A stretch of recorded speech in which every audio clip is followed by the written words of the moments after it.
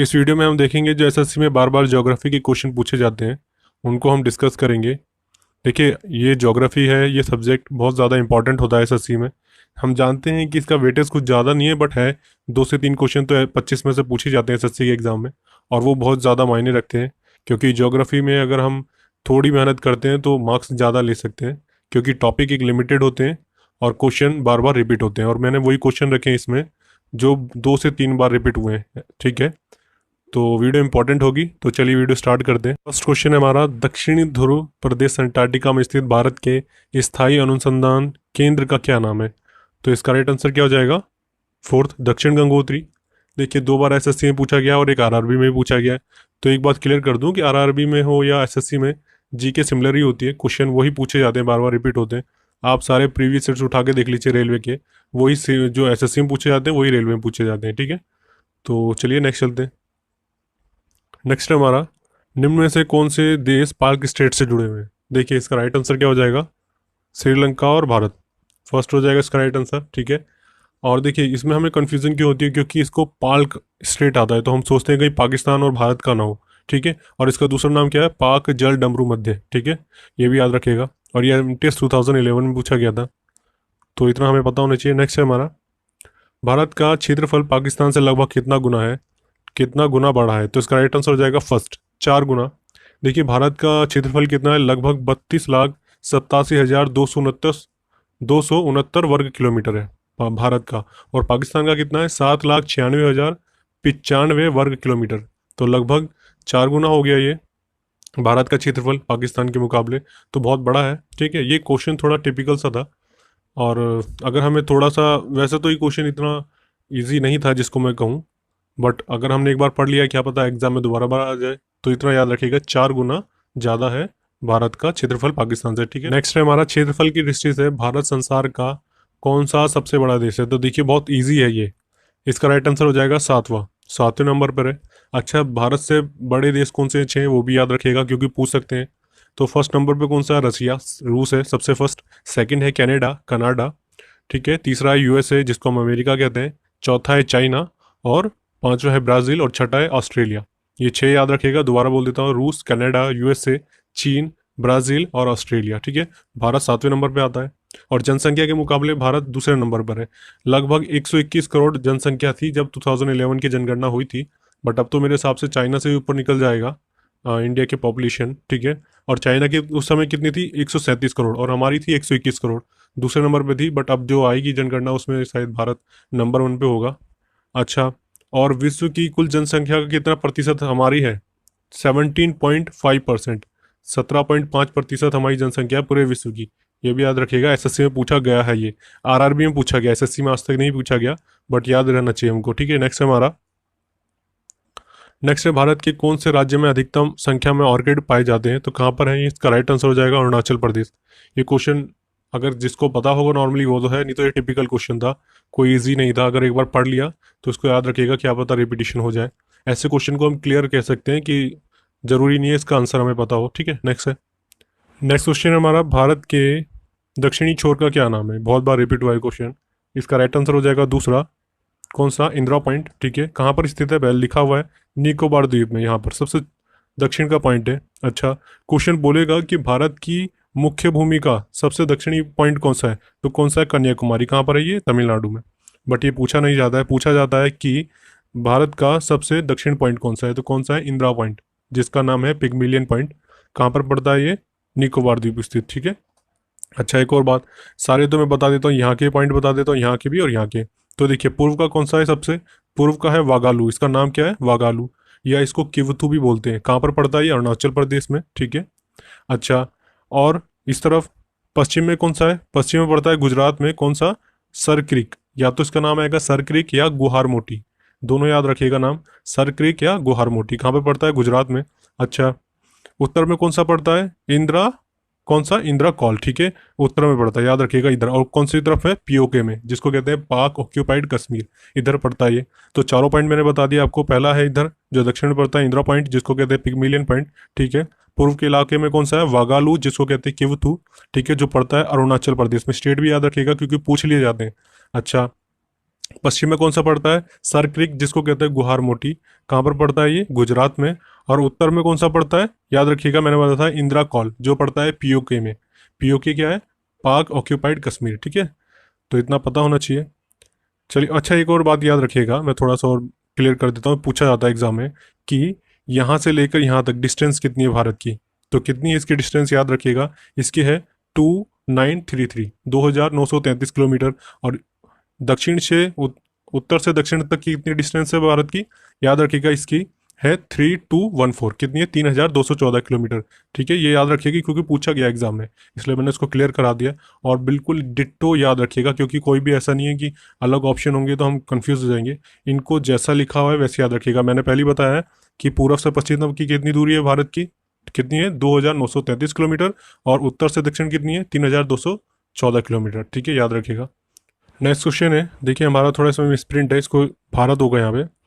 भारत के किस राज्य में सबसे लंबी तटीय रेखा है? किस राज्य की? अब देखिए, ये सिंपल क्वेश्चन है, कोई खास बात है नहीं इसमें बताने वाली।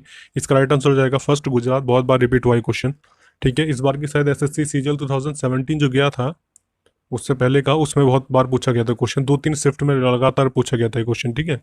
अच्छा, सबसे लंबी तो किसकी हो गई? गुजरात की हो गई तटीय सीमा। और सबसे छोटी किसकी है? गोवा की। वैसे बता देता हूँ, इसकी सीमा कितनी है? 1600 किलोमीटर है। किसकी? गुजरात की। और गोवा की कितनी? 106 किलोमीटर। ठीक है, इतना हमें पता होना चाहिए। नेक्स्ट है हमारा, किस भारतीय राज्य की तटरेखा सबसे लंबी है? अब देखिए, वही क्वेश्चन आ गया होगा, आप सोच रहे होंगे, बट उस क्वेश्चन में गुजरात दे रखा था जो फर्स्ट नंबर पे। यहाँ पे गुजरात है ही नहीं ऑप्शन में। अब इसमें हम फंस जाते हैं। हम क्या करते हैं, नॉर्मली फर्स्ट लेवल का जो होता है, जो फर्स्ट पॉइंट होता है, उसको याद कर लेते हैं कि नंबर 1 कौन सा है। बट हमको नॉर्मली दो तो पता ही होने चाहिए कि कौन दो स्टेट किस चीज़ में आगे हैं। ठीक है, तो इसी हिसाब से दूसरे नंबर का जो था वो था आंध्र प्रदेश। का राइट आंसर हो जाएगा आंध्र प्रदेश। सबसे ज़्यादा लंबी तटीय रेखा किसकी है? गुजरात की। और सेकंड नंबर पे आंध्र प्रदेश। तो इसका राइट आंसर हो जाएगा आंध्र प्रदेश। ठीक है, ऐसे क्वेश्चन याद रखिएगा, 2 बार पूछा गया है क्वेश्चन। ठीक है, नेक्स्ट है, भारत की तटरेखा कितनी है? अब ये थोड़ा कंफ्यूजन क्वेश्चन है। इसका राइट आंसर हो जाएगा तीसरा, 7500 किलोमीटर। ठीक है, देखिए पहली मैं बताऊं आपको, नॉर्मली तटरेखा जो जलीय सीमा होती है भारत की, वो कितनी है? 6100 किलोमीटर। 6100 किलोमीटर है। ठीक है, वैसे अगर हम इसको देखें ओवरऑल बताएंगे तो कितनी है भारत की? इसका हो जाएगा, देखिए भारत के द्वीप जो हैं, सारे द्वीप, उनकी भी जलीय सीमा हमें मेजर करनी पड़ेगी। तो उनकी कितनी है टोटल? 1416, जिसको कहते हैं 1416 किलोमीटर है। और इसकी कितनी है? मैंने बताया भारत की जलीय जो तट रेखा है, द्वीप को छोड़ के कितनी? 6100। अगर हम दोनों को ऐड कर देंगे तो टोटल कितना हो जाएगा? 7500। ऑलमोस्ट अगर हम बताएं तो कितना है? 7516, मतलब 7516 किलोमीटर है। बट इसमें 7500 दे रखा है, तो इसके ओवरऑल अप्रोक्स देखेंगे तो इसका राइट आंसर हो जाएगा तीसरा। फिर बता देता हूँ मैं, भारत की वैसे तटीय रेखा पूछेगा, तटीय जलीय सीमा कितनी है, तो हमारी है 6100 किलोमीटर। ठीक है, और हमारे को द्वीप, जो हमारे बहुत छोटे छोटे द्वीप हैं, उनकी भी तो जलीय सीमा हमें ऐड करनी पड़ेगी। अगर हमारे को ओवरऑल देखना पड़ेगा तो ओवरऑल कितनी है? उनकी है 1416। तो दोनों को ऐड करेंगे तो कितना हो जाएगा? 7500 समथिंग। तो यही इसका राइट आंसर हो जाएगा तीसरा। ठीक है, नेक्स्ट है हमारा, अच्छा लक्षद्वीप कहाँ स्थित है? बहुत सिंपल सा, इसका राइट आंसर हो जाएगा दूसरा, अरब सागर में। ठीक है, और देखिए इसके बारे में 2-3 पॉइंट याद रखिएगा। अरब सागर में तो है ही ये। अच्छा, सबसे छोटा द्वीप समूह भी है ये। ठीक है, सबसे छोटा द्वीप समूह है। और इसकी कैपिटल याद रखिएगा, कई बार पूछ ली जाती है, इसकी है कवरत्ती। क्या है? कवारत्ती। और इसका कैपिटल है, ये याद रखेंगे। और देखिए, इसका एक क्वेश्चन बहुत पूछा जाता है, इंपॉर्टेंट है, कि लक्षद्वीप में कितने द्वीप हैं? ये भी याद रखिएगा, बहुत बार पूछे जाते हैं लक्षद्वीप के। तो कितने हैं? 36 यहाँ पे 36 है। ये बहुत इंपॉर्टेंट है, कई बार पूछा गया एग्जाम में। ठीक है, नेक्स्ट चलते हैं। नेक्स्ट है हमारा, नंदा देवी चोटी किस राज्य में स्थित है? बहुत सिंपल है, नाम से ही पता चल रहा है, उत्तराखंड। नंदा देवी उत्तराखंड में पड़ती है। और कुछ खास बात है नहीं इसमें बताने लायक, याद रखिएगा। देखिए कितनी बार रिपीट हुआ है क्वेश्चन, मैं बोल ही रहा हूँ पहले से कि रिपीटिशन बहुत ज़्यादा होता है एसएससी में। ठीक है, तो चलते हैं, नेक्स्ट है हमारा, आंध्र प्रदेश और तमिलनाडु के तटीय भूभाग को क्या कहते हैं? अच्छा, ये क्वेश्चन इंपॉर्टेंट है, बहुत बार पूछा गया है। इसमें आप देखेंगे एमटीएस में, बट ये रेलवे का बहुत इंपॉर्टेंट क्वेश्चन है। तो इसका क्या कहते हैं? कोरोमंडल तट। किसको कहते हैं? कोरोमंडल। यहाँ पे, ठीक है, भारत के नक्शे में इस तरफ जो पड़ता है, पूर्वी क्षेत्र में पड़ता है, उसको क्या कहते हैं? कोरोमंडल, जिसमें आंध्र प्रदेश आ जाता है और आपका कौन सा आ जाता है? तमिलनाडु। ठीक है, अब सारे तट बता देता हूँ जो जो है। अच्छा, मालाबार तट किसको कहते हैं? जो केरल का तट है, केरल के तट को क्या कहते हैं? मालाबार तट, ये भी याद रखिएगा। अच्छा, गोवा से लेके मुंबई, गोवा से लेके मुंबई इधर वाले तट को क्या कहते हैं? कोंकण तट। यहाँ पे एक कोंकण रेल भी चलती है, तो याद रखिएगा, गोवा से मुंबई और खंबात की खाड़ी जो वाला पार्ट है, इसको क्या कहते हैं? कोंकण तट कहते हैं, और केरल के तट को क्या कहते हैं, केरल वाले को मालाबार तट, और आंध्र प्रदेश और तमिलनाडु इन दोनों को मिला के कितना होता है, इसको कहते हैं कोरोमंडल तट। ठीक है। अच्छा, इसका दूसरा नाम भी है कोरोमंडल तट का, उत्तरी सरकार तट। क्या है, उत्तरी सरकार तट। ये भी याद रखिएगा क्योंकि पूछे जा सकते हैं अदर नाम से कंफ्यूज करने के लिए एग्जाम में। चलिए नेक्स्ट चलते हैं। पालघाट किन दो राज्यों को जोड़ता है? बहुत ही ऐसा क्वेश्चन है जो इजीली बताया नहीं जा सकता। ठीक है, हम नॉर्मली ऊपर से पढ़ के चले जाते हैं, बट ये बहुत अच्छा क्वेश्चन है।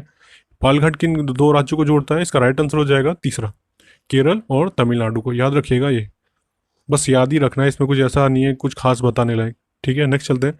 लोकतक झील कहाँ स्थित है? बहुत रिपीटेड क्वेश्चन है, रेलवे में बहुत बार पूछा गया है, तो इसका राइट आंसर हो जाएगा दूसरा, मणिपुर। लोकतक झील कहाँ पर है? मणिपुर में। देखिए, इसको मैं ट्रिक से याद किया था मैंने इसको, कैसे? देखिए, मणि किन के पास होती है? नाग के पास। ठीक है, नाग सांप को कहते हैं, और एक कहते हैं नागलोक, तो एक तरीके से लोक है ना, तो इन दोनों को जोड़ सकते हैं, तो नागलोक। तो क्या होगा, लोकतक झील कहाँ पर होती है? मणिपुर में। ऐसे याद किया जा सकता है, मैंने ऐसे ही किया था। ठीक है, नेक्स्ट चलते हैं।